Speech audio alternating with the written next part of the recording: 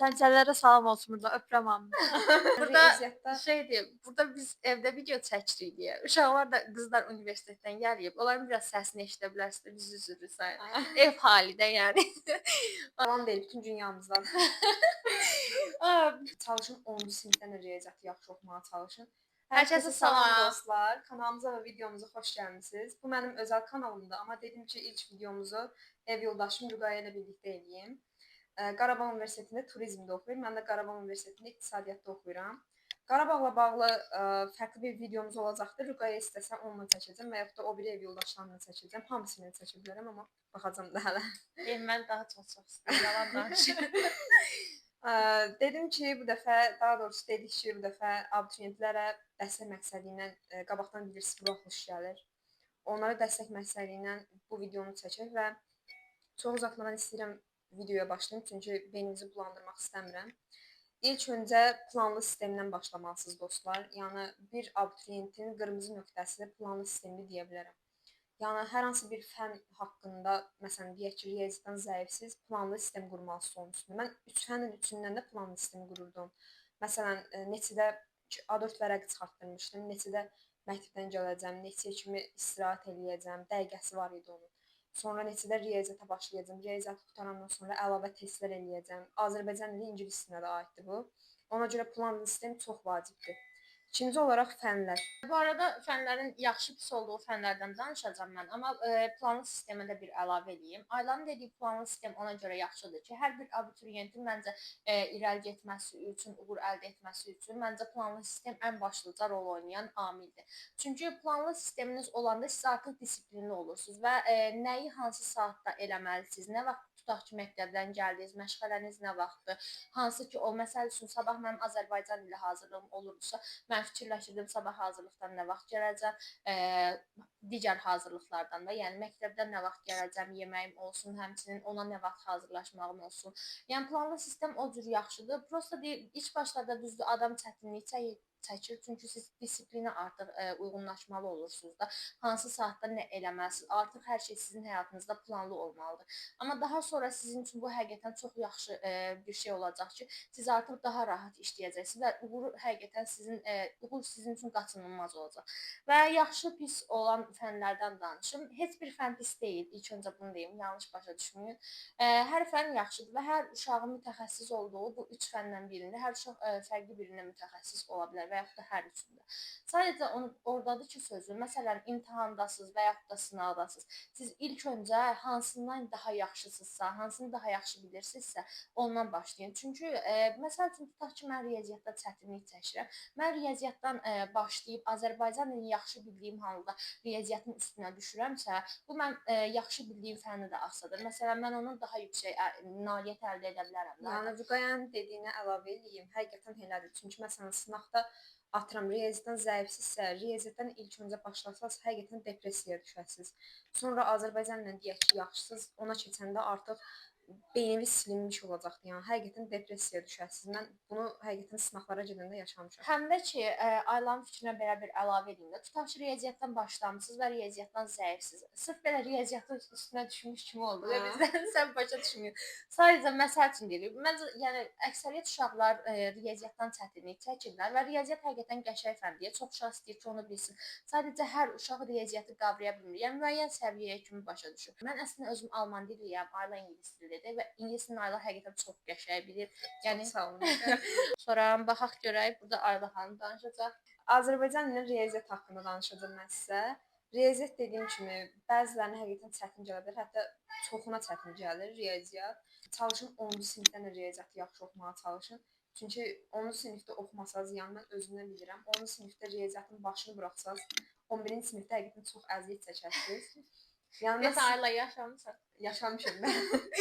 Başımıza gələnlərdə yola çıxmışıq uşaqlar. Mən həqiqətən riyaziyyatım çox yaxşı idi. Artıq 10-cu sinifdə başımı buraxdığım üçün 11-də qəşəng yaza bilmədim maalesef. Bilirsiniz necə? Riyaziyyat mən Aylanı əslində qınamıram. Riyaziyyat elə bir fəndir ki, onunla gərək daimi məşğul olasan. Hə. Yəni məsələn vaxtın yoxdursa onunla məşğul olmağa, ən azından məsəl üçün də o qədər sınaqlar var ki, Telegramdan falan onu əldə edib yaza bilərsiniz. Ən azından yəni hər həftə sonu bir dənə olsun, 2 dənə olsun, əlavə sınaq işləməyiniz sizin riyaziyyatınızı daha da gelişdirir. Yəni o cəhətdən sənə haqq verirəm ki, riyaziyyatı məncə başını buraxmayın da. Riyaziyyatın üstündə ən azından çatdırmasanız belə həftə sonu 6 bazar olsun. Mütləq bir dənə, 2 dənə sınaq işləyin ki, suallar yadınızdan çıxmasın. Ən azından gözünüz öyrəşsin. Birin ki, səhv eləyəndə o saat açın, yoxlayanda da, yəni baxın o mövzunun qaydasına baxın, o mövzuya aid misallara, testlərə baxın ki, artıq o dediyim kimi də sizin vizual olaraq yadınızda qalır və siz artıq imtahanda olanda, sınavda olanda yadınıza düşür ki, hə mən burada bunu səhv eləmişdim. Kitabda falan səhifədə falan yerdə idi. Mən də həmişə həqiqətən vizual yaddaşım yaxşı oldu. Sizə də tövsiyə edirəm. Nəyi səhv eləyirsiniz, hansı fənn olur olsun. Açın onun tez qaydasına baxın. Hətta yaza da bilərsiniz bir kənara qısaca özünüzə nə bilim kiçik dipnotlar ala bilərsiniz. Azərbaycan dili haqqında danışacağıq. Riyaziyyat haqqında çox danışdıq. Riyaziyyat biraz pis fən kimi çıxdı. Riyaziyyat amma qəşəngdir. Riyaziyyat amma qəşəng həqiqətən. Öyrənsəz heç bir çətinliyi yoxdur məncə də. Azərbaycan dili haqqında danışım ki, bayaq da dediyim kimi, Azərbaycan dilinə çalışın ki, ən azından qrammatika belə öyrənməsəz, mətnləri çox çalışın. Çünki iki mətnin özü də 75 bal verir sizə. Yəni 100 baldan çıxsaq 25 balı hələ qrammatika verir. 75 bal sizə mətndən verir. Mən hətta imtahanda fikirləşdim ki, yəqin mətnlərim yaxşı olmayacaqdı. Mətn elə bil ki 10 dənə sual qrammatikadan idi, hə. 20 dənə sual da mətnin özündəndir. Yəni mən fikirləşmişdim ki, mətnlərim ikisi pis olacaqdı. 20 sualdan bir səhvim çıxmışdı, yəni iki mətnin özündən. Qrammatikam biraz pis gəlmişdi. Ona görə çalışın ki, qrammatikanı belə öyrənməsəz də mətni mütləq öyrənin. Yəni altı bazarı vaxtınız boş olan kimi düşün mətnlərin üstündən. Baxın, riyaziyyatdan da bayaq biz danışdıq. Riyaziyyatdan çalışın, riyaziyyatdan daha çox şey öyrənə bilərəm. Bir dənə müəllim vardı, Nicət müəllim. Mən həqiqətən abituriyent vaxtı ona çox baxırdım. Hətta imtahanlara yaxın yəqin ki, görərsiniz. Canlı yayın, hə, canlı yayın tez-tez açır. Son həftə qalmış canlı yayın dəhşət çox açır. Hətta blogda belə açır. Blogdan biz danışacağıq, hələ buraxılışdan danışırıq.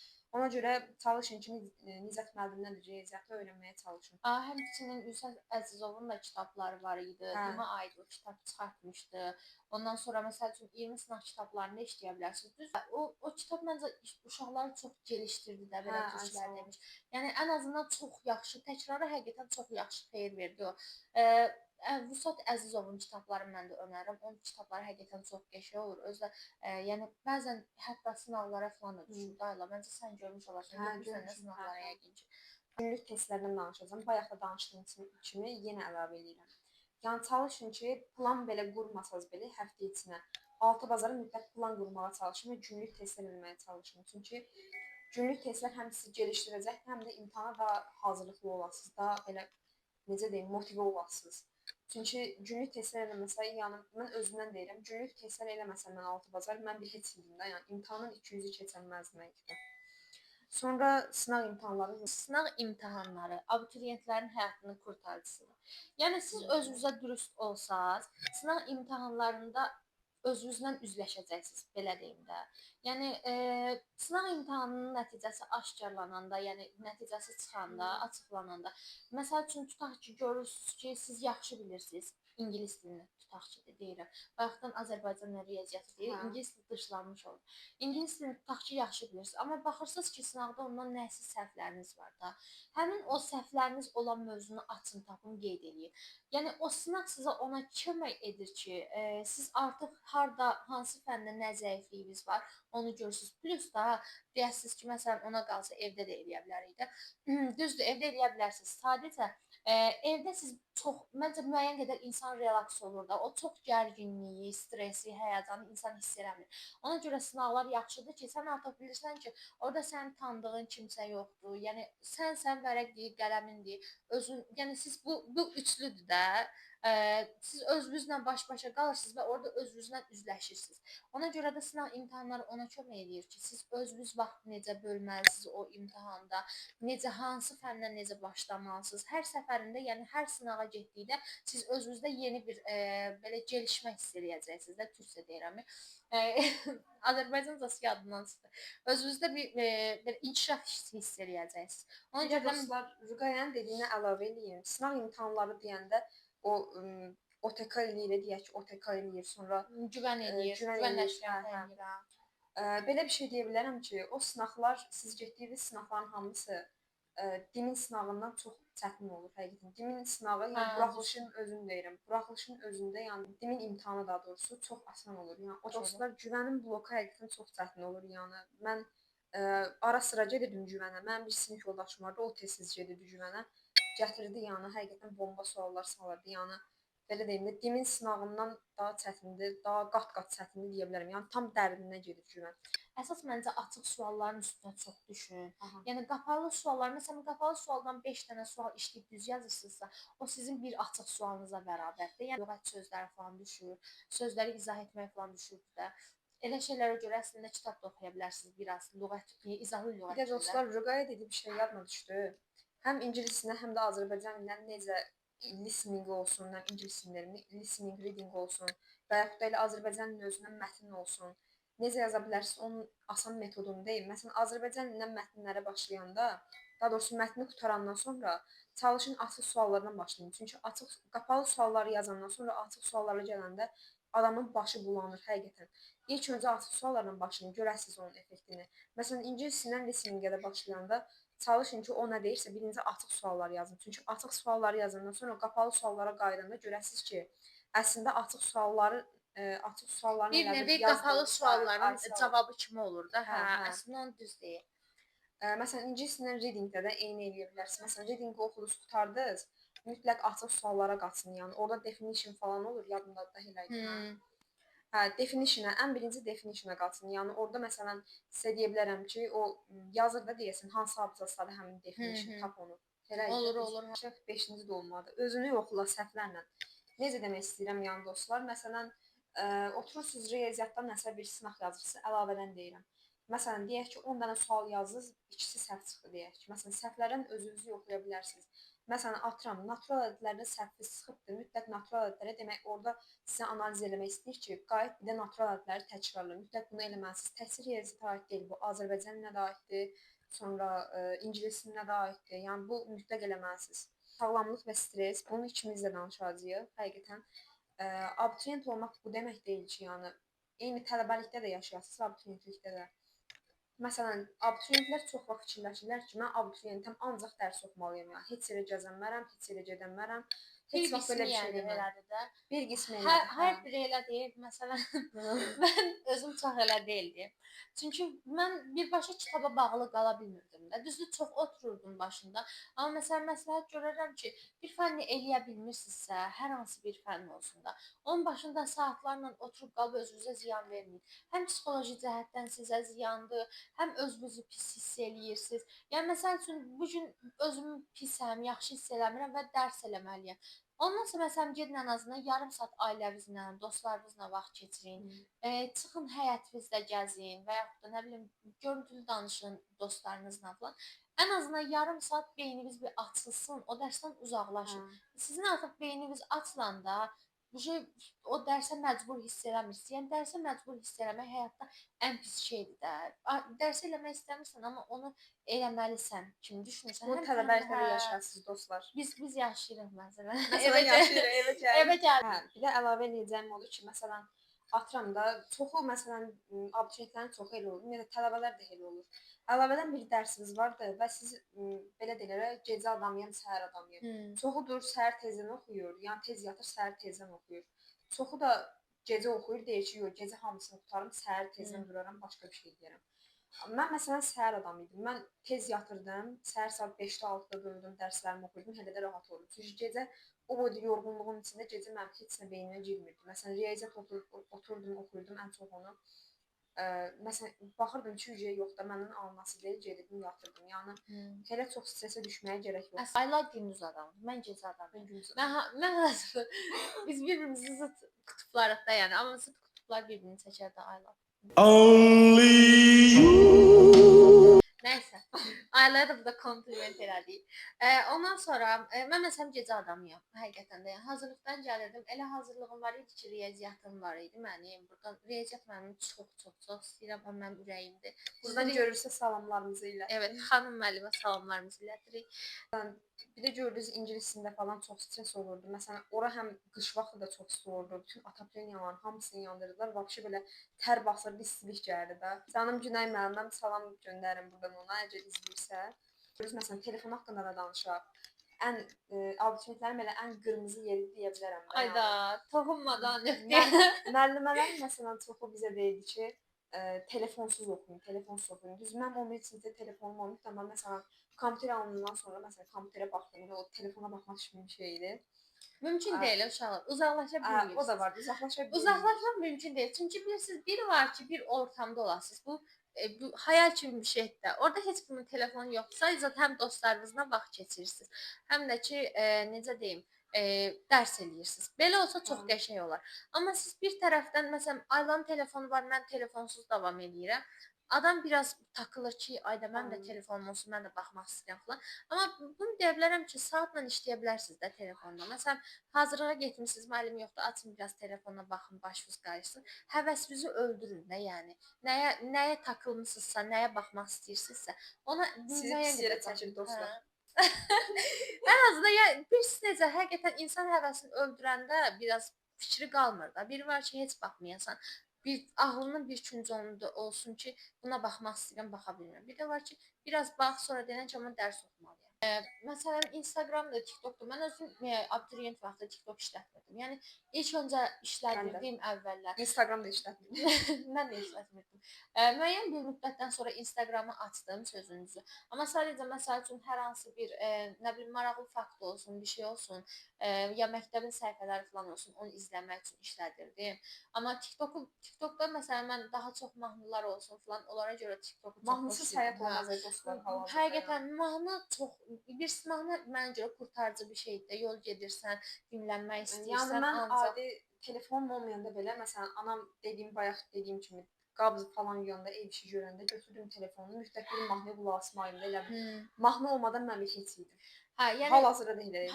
Çalışın məncə TikToku işlətməyin uşaqlar. Çünki TikTokda çox vaxt gedir. Əsas Instagramdan da çox TikToku deyə bilərəm. Mən TikToku müəyyən bir müddətdən sonra təsəvvür edin özümə hətta mən engəl ola bilmirdim.